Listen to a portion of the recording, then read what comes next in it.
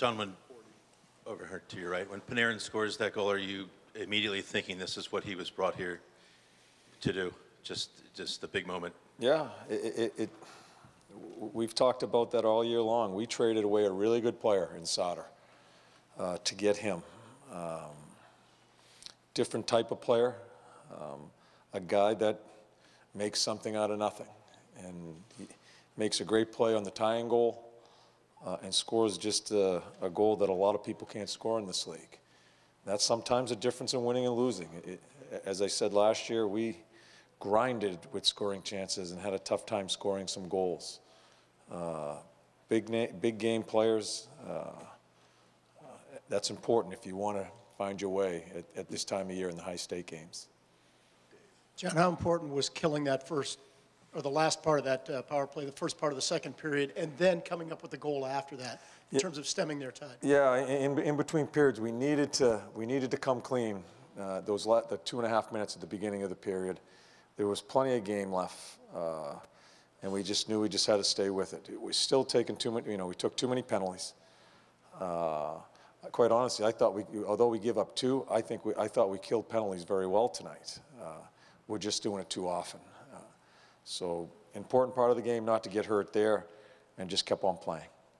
John, the ability to get through the third period, I think there was about a 5-minute stretch where you're down 3 guys. Yeah. What's being said on the bench, and how important was it to tell those guys to make sure that the right guys get on the ice the forward changes, because so many guys were missing? Yeah, quite honestly, I think players enjoy that. It's not a big deal to them when they lose players. They're happy because they can get on the ice quicker and more often. Yeah, so no, we just stayed with it. Obviously, with some of the injuries and the penalties, there were some different line combinations, but there was no panic on the bench.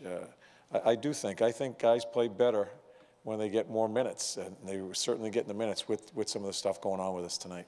John, speaking of the no panic, how much did all the close games you guys played, especially down the stretch, to get into the postseason in the first place, how much do you think that helped with the lack of panic on your guys' part?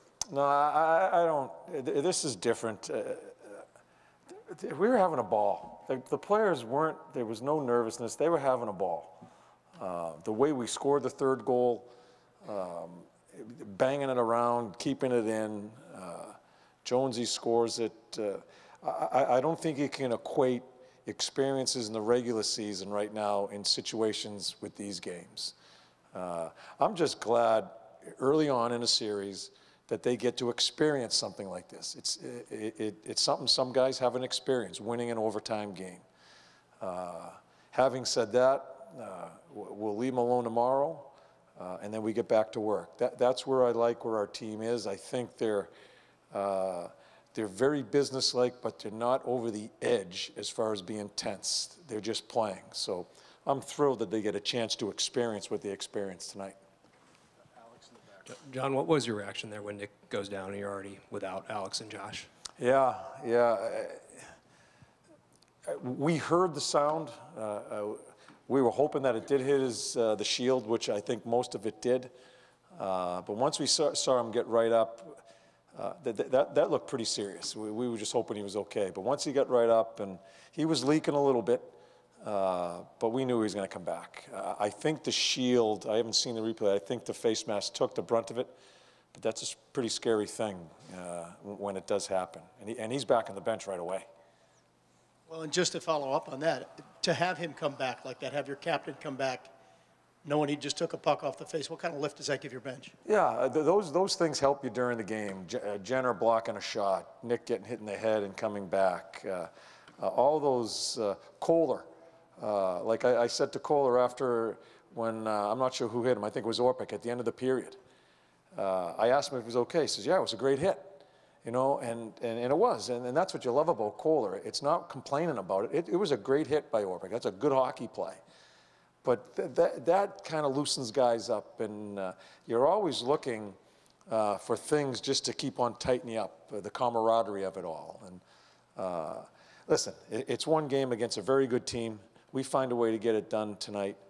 Again, I am really happy on how we found a way. And our team gets to experience a win like that. But we have to be really sharp after we leave them alone tomorrow to be ready to get to work on Saturday and get ready for Sunday's game. John, your thoughts on Anderson's hit? No, you're not even going to bring me down there. You're not even going to bring me down there. Your power play's been maligned all year. That was 2 huge power plays and quick power plays in the third. Is it starting to feel like it did for you when it was really firing early last season when you couldn't wait to get over the boards? You got to remember, it's gone unnoticed a little bit. In the last 50 games or so, we're at 21% our power play going into the playoffs. I do think they feel it. I do think Cam feels better over on that other side. I think things have kind of fallen into place. Tomek Vanek makes a great play in the blue on one of the goals. He's added to us there. Yeah, it's going to be a very important part of the series. I hope we don't take as many penalties in our next game as we did tonight, but their power play's a handful. They're going to score some goals on it. We got to be able to counter and do our work when we get the opportunity, and tonight it helped us. Just to be clear, did Vanek go into that spot for Wenberg because Wenberg was out? Yes. Yeah. Any update on Wenberg? No update.